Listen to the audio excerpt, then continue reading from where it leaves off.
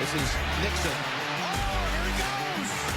My goodness! They may not like the cold, He's taking it the distance.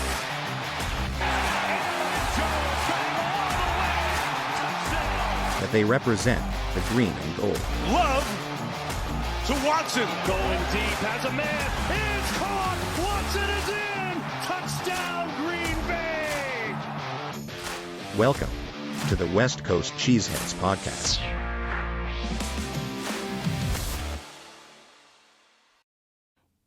Welcome, Packer family, to another episode of the West Coast Cheeseheads podcast. As you know, I'm your host, Mateo, alongside with my co-host, Joe, and thank you for joining. Thank you. Thank you. Thank you. We just finished with week 10, and so we're past the middle point of the season. We really want to start digging into some of the other games that ended up happening in this week 10. And from this point forward, we're actually going to continue to start monitoring some of these other games because all these games are going to start making a difference. And the way that the Packers season's going doesn't look like we're really going to be going too far this year. What the hell did you just say? There's some stuff that we need to talk about from this last game against the Pittsburgh Steelers. And some things to be happy about, some things not to be happy about. But overall, I did see some progression. Anyways, before we get into it, I would like to say thank you to all of our listeners for continuing to support us. And if you haven't yet, please hit like and subscribe to the YouTube channel, West Coast Cheeseheads Podcast. You can also find and follow us on Facebook at West Coast Cheeseheads Podcast, Instagram at WC Cheeseheads Podcast, or Twitter and TikTok at WC Cheeseheads. We are here to provide you with all information, anything and everything Packer related. We may not like the cold, but certainly still rep the green and gold. So, Joe, how you feeling right now? Feeling good. Very interesting week during week 10 for the NFL season. A lot of interesting games, a lot of interesting final scores that we're going to get into.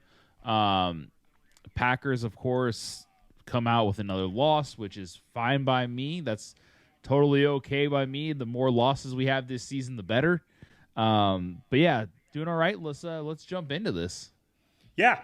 Okay. Well, before we get started and talk about the Packers, I would like to go ahead and start talking about some of the other games. We're going to actually go over our top 5 wins for this week 10. So first game I want to go over is the San Francisco 49ers in Jacksonville. First touchdown comes through. It's Purdy to Ayuk for an 13-yard touchdown. So San Francisco starts this game off 7-0.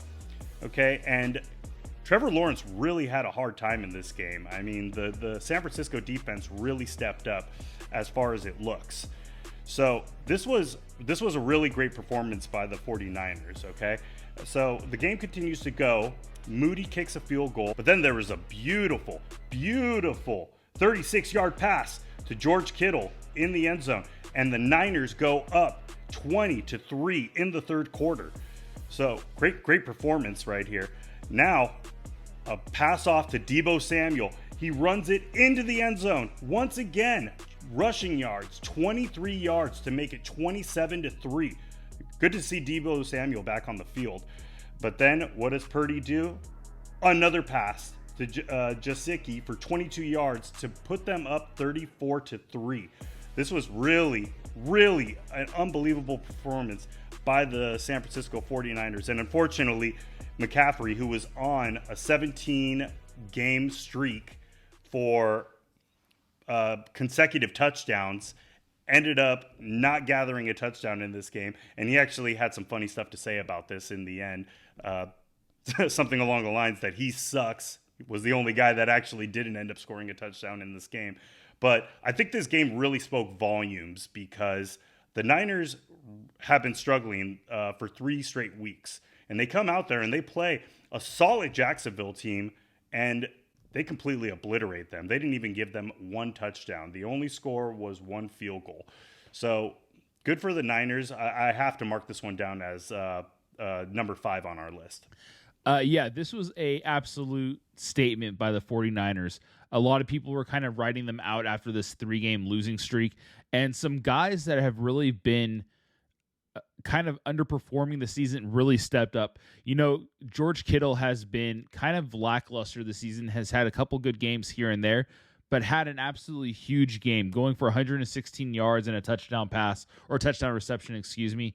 But then the 49ers just really shut down guys on the Jacksonville side that have been really going off, like Etienne. He's been going off almost every single week for Jacksonville, and 49ers shut him down. He only had 35 yards on 9 carries this week against the 49ers. Trevor Lawrence, like you said, he had a struggled really a lot this game, going 17 for 29 with only 185 yards against a really good 49ers defense. 49ers really made a statement out there and told the NFL that they're here to play. That 3-game losing streak was a fluke, and they're back. So definitely a huge one for the 49ers. Sure was. Okay, now I want to move on to number 4. So our number 4 game on this list was the New York Jets versus the Las Vegas Raiders. Now, I know anybody that ended up watching this game could end up saying, how could this game actually end up on our list? I mean, most of the scoring drives were based off of field goals. The 2 top players in this game were Zuerlein and Carlson. But this game really spoke volumes about the Raiders team themselves, okay? They're now under new head coach Anthony Pierce, and they're 2-0 under him. And so I think that there is a statement that's being made in Las Vegas with Anthony Pierce under center. There was 1 touchdown, okay, as you can see. Looks like we see Connell to Mayer for a 7-yard touchdown, and that brought the game to 16-9. Now, there was only one other score that ended up happening, and once again, Zuerlein with another field goal. He had 4 field goals in this game to finish the game off 16-12, and then it went ahead and it ended up ending with a Hail Mary pass, Zach Wilson to almost Garrett Wilson in the end zone. I mean, he had it in his hands, but just couldn't come down with it. So this game did end up finishing 16-12. Las Vegas Raiders ended up winning this game. Yeah, this game was interesting. A lot of field goals kicked. And obviously when the Raiders came in with a new head coach, when they fired Josh McDaniels, they looked to have a spark, and it definitely seems like a spark has been lit under the Las Vegas Raiders team, going 2-0 so far under Pierce. Really kind of a boring game, but they did come away with the win, so you got to give them credit for that.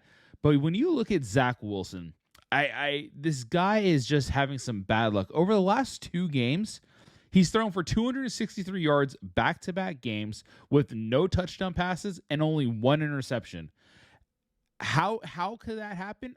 I don't know. But Zach Wilson, you got to give the guy credit. Everyone's talking about the Jets, how their season is kind of lost without Aaron Rodgers, but the last 3 games that Zach Wilson has had have been pretty impressive. 240 yards, 263 yards, 263 yards, and only 1 touchdown pass to show for it, which kind of sucks, I don't know. Again, I didn't watch this game, to be completely honest with you guys, but just based on the numbers, there could be some bad luck going on there.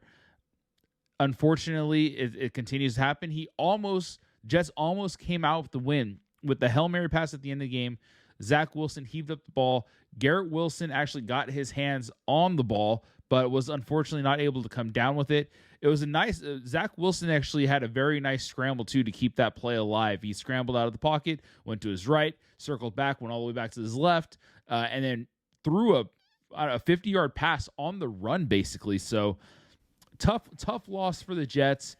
Great win for the Raiders, especially going 2-0 now under Anthony Pierce. Yeah, really feel bad for Zach Wilson in this one. Got to feel bad for him. Okay, now we're going to move on to number 3. So, number 3, sorry for all you Packer fans out there, but we got to give this one to Detroit.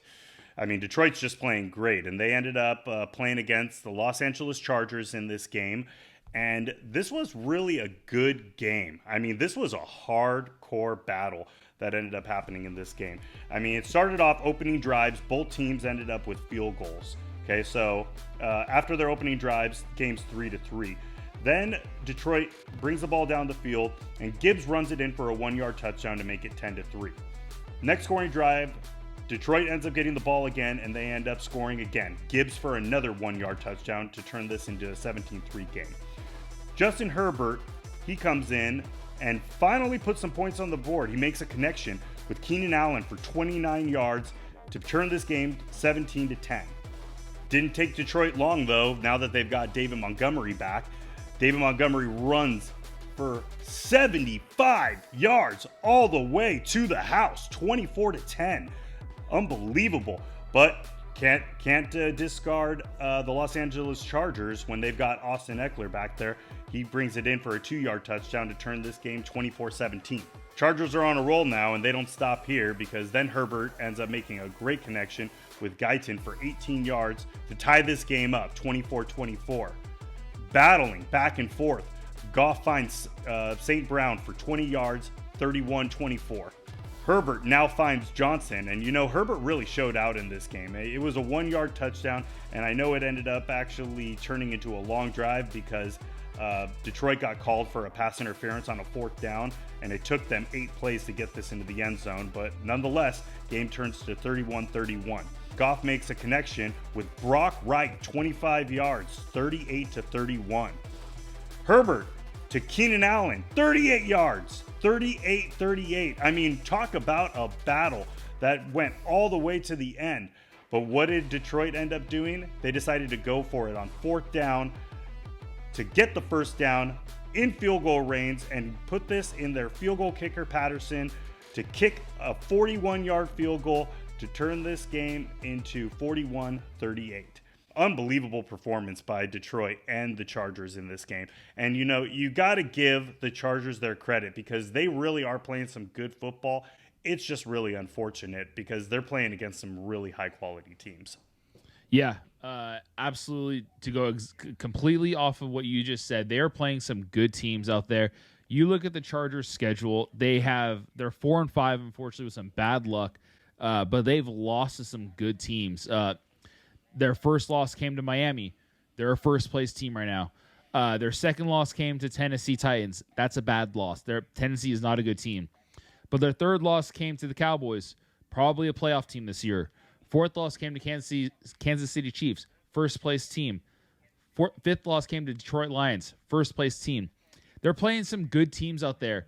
Do they need to step up and in order to be a good team, they need to beat the good teams? But again, playing some good football, playing some good teams, having some bad luck. I got to say something, though. Their coach is a bum, man. Their defensive coordinator, he is terrible. On that 4th and 2 play to put them into field goal position, they needed 2 yards. And the defensive coordinator has them lined up in a zone coverage where their secondary is lined up 7 yards off of the line of scrimmage. It doesn't take an NFL caliber coach to understand what needs to happen in that play. You cannot give up 2 yards. You give up 2 yards, you put them in the field goal position, it allows them to kick the field goal to end the game. What are we doing here? This defensive coordinator, who's supposedly a defensive genius, is not showing out, is not showing up for the team. I feel bad for the Chargers, to be honest with you. They have some really good players on this team. You look at Herbert, you look at Keenan Allen, Austin Eckler. They're a solid team. Joey Bosa. Something needs to happen soon for this team to make a push for the playoffs because they have the talent. They really do. Whether it's something happened to their coaching staff or the defensive coordinator, something has to happen. But this was a hard-fought loss by the Chargers. Kudos to the Detroit Lions for pulling it off. They are a juggernaut in this league and a definite Super Bowl contender. Detroit Lions looks scary. Yeah, really scary. Pulling the record up to 7-2 now. Okay, well, let's move on to number 2. Our number 2 game goes to Houston and Cincinnati. This game was another hard-fought battle. Cincinnati ended up starting off their first drive with the touchdown to get the lead 7-0. But God, CJ Stroud's just really playing some of his best football, and he ended up passing it on over to Tank Dell to tie this game up 7-7. And the game ended up going from there. They had a rookie kicker that was in this game, Amendola, and he ended up kicking back-to-back field goals, which then led into a Singletary touchdown to give them a 20-7 lead. So things really started actually going far from this point. Things start changing up, though, because now here comes Cincinnati. Burrow finds Jamar Chase in the end zone. And it just kind of kept going back and forth from there. But once again, CJ Stroud coming in, scrambles into the end zone, and they just kept going back and forth, back and forth. Bottom line with the end of this game, it ended up getting to a point to where it was 27-27, but their rookie field goal kicker walks away with a walk-off 38-yard field goal to win this game 30-27. I mean, a lot of credit to the Houston Texans for this game. I mean, because a lot of people weren't really expecting a lot out of them. I know that there were a lot of high hopes on CJ Stroud, but he didn't really start the season off great, and he's playing some of his best football these past 3 weeks. Couldn't agree more. CJ Stroud is playing at an elite level right now for the Houston Texans. And there's really only one thing that I want to highlight in this game. Of course, this was an amazing game with a walk-off victory by the field goal kicker. Joe Burrow and CJ Stroud both had great games.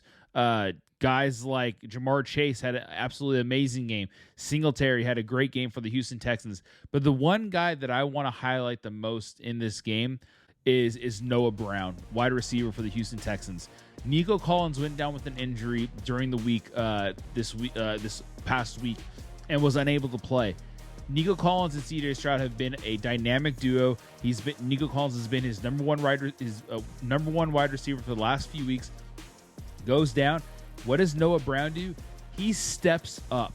He goes 8 targets, 7 receptions for 172 yards. No touchdowns, but 172 yards from Noah Brown. That's exactly what we need from one of these Packer wide receivers, to step up for Jordan Love, to make plays when they need to make plays, to be a wide receiver and to be a ball player. Noah Brown has not been the number one wide receiver this entire season until this game, and goes off. Kudos to Noah Brown. Yeah, you got to give him his credit. I mean, even the announcers were saying this is his day, and it really was. He stepped up when it mattered. So, number one game goes to the Cleveland Browns versus the Baltimore Ravens. And I got to give this game its credit, okay? Because Cleveland was down in this game at one point, 24-9. But they really ended up fighting and battling to come back in this game to end up winning it 33-31. And it really was all over the place, as far as you can really give credit to multiple different people in this game. Deshaun Watson played really well. Kareem Hunt played really well. Their defense played really well. And, I mean, the one touchdown to Elijah Moore, he's been a prospect that people have really wanted to see some stuff out of this season. And so for him to come with the touchdown, kudos to him. And this is going against a Baltimore secondary that has been really excellent this year and really held back a lot of great offenses. So I've got to give a huge shout out to Cleveland on this win. Yeah, Cleveland played an absolutely great game. Baltimore is definitely a juggernaut in this league and a potential Super Bowl contender. So the fact that Cleveland can come away with this victory is huge against their rival Baltimore Ravens. A guy that I want to highlight in this game is Jerome Ford. Talk about a guy we talked about in the last game with Noah Brown stepping up because of a guy that went down with injury. Jerome Ford, same thing. Nick Chubb goes down with injury in week 1 or week 2. I don't remember what it is, and Jerome Ford steps up and has just logged game after game. Some good games, some bad games, but when the games need him and when it calls for him to have big games, he steps up. 107 yards this week against Baltimore. Unfortunately, he doesn't get a touchdown to go along with that, but 107 yards of rushing is huge. He had another reception that had a couple yards as well, but awesome game by Jerome Ford in this one. Right. All right, well, that does it for our top 5 games of the week. Now, let's get into some Packer football. So, in this week, we ended up losing to the Pittsburgh Steelers 19-23. This was a really close game, and what I want to talk about with all of the Packer family listening out there, this was a different Packer game than we've seen, people. I mean, they actually looked like a team that was trying to win this week. I know that's really sad and upsetting to say, but they actually looked like they really wanted to be out there. And I'm looking at some of the stats right now, and for instance, Jordan Love ended up going 21 for 40, 289 yards, 2 touchdowns, and 2 interceptions. Those stats really don't justify how Jordan Love performed in this game. I mean, because those 2 touchdowns that he had were really impressive. It's definitely unlike some other stuff that we've seen this season. I know what some of the big topics that we brought up are his inconsistency, with underthrowing or overthrowing the ball and just kind of looking really uncomfortable in the pocket. But those 2 touchdowns were perfectly placed balls to Romeo Doubs over in the corner of the end zone. And then the other one, I may have had something to complain about it, him throwing to Jaden Reed in double coverage, but he got it to him right where he needed to. And so Jordan Love really performed well in this game. Wide receivers were performing really well. And I got to give a huge shout out to A.J. Dillon in this game. He's really, really stepped up ever since Aaron Jones ended up coming back. He had 9 carries for 70 yards in this game. Aaron Jones had 13 carries for 35 yards. So something's not right. I don't know if Jones just maybe still isn't 100% to be back out there. Packers are now 3-6 going into Week 11 at home against the Chargers, who we just ended up going over. They just ended up playing a solid Detroit team, and they went toe-to-toe with them all the way until the bitter end. It's not looking great for the Packers. I don't know how the rest of the season's going to go. So the one thing that I want to see, like I've mentioned, is progression. I want to see how they can continue to move forward and continue to grow so we can do something with this team next season. And after watching this performance, I was actually pretty satisfied. I mean, those 2 interceptions, unfortunately, from Jordan Love were because it was in chump time where he was trying to come away with a win because we were down by 4 points. Field goal wasn't going to cut it. So he was trying to get that extra TD, and unfortunately, we fell a little short. Yeah, it was a tough loss for the Packers. Going into this game, we talked about the Steelers being a good team. They've played some really good opponents out there, and in my eyes, I thought that the Steelers are going to trump us. Wasn't the case. Packers actually showed some life this week. There is a kind of an eyesore on this stat sheet that I want to talk about, and that's Christian Watson. He had 7 targets with only 2 receptions. Going into this season, we talked about this, Mateo. A lot of Packer fans, we all felt the same way that Christian Watson was going to be our number 1 wide receiver, and he is not it right now. He is not showing up for this team. He is not playing like a wide receiver 1 whatsoever. It's hard to see sometimes because, again, when you expect a guy to be at a certain level and it's not, you kind of start developing this kind of short leash on him and want to be like, okay, get him off the field, get someone else out there that's going to get the job done. But I know we have a lot invested in Watson and this young receiver core. You're right, Jordan Love. I mean, his numbers don't look that good. 21 for 40 in this game. I mean, threw for 289 yards, a couple interceptions.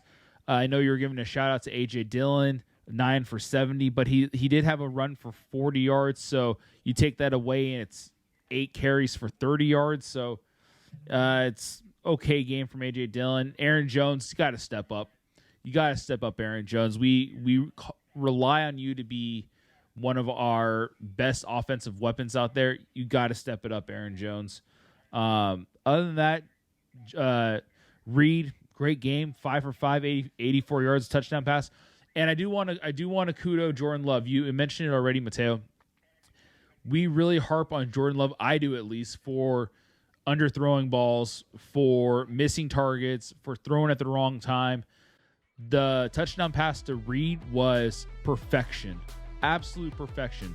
When a guy is when you're throwing into a receiver that is under double coverage, it is possible to make those passes, but you have to be precise. You have to be as accurate as possible.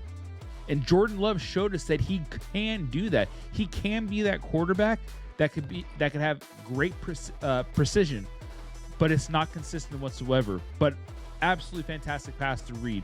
That other pass, touchdown pass to Doubs, another one. Perfect pass, even better catch by Doubs.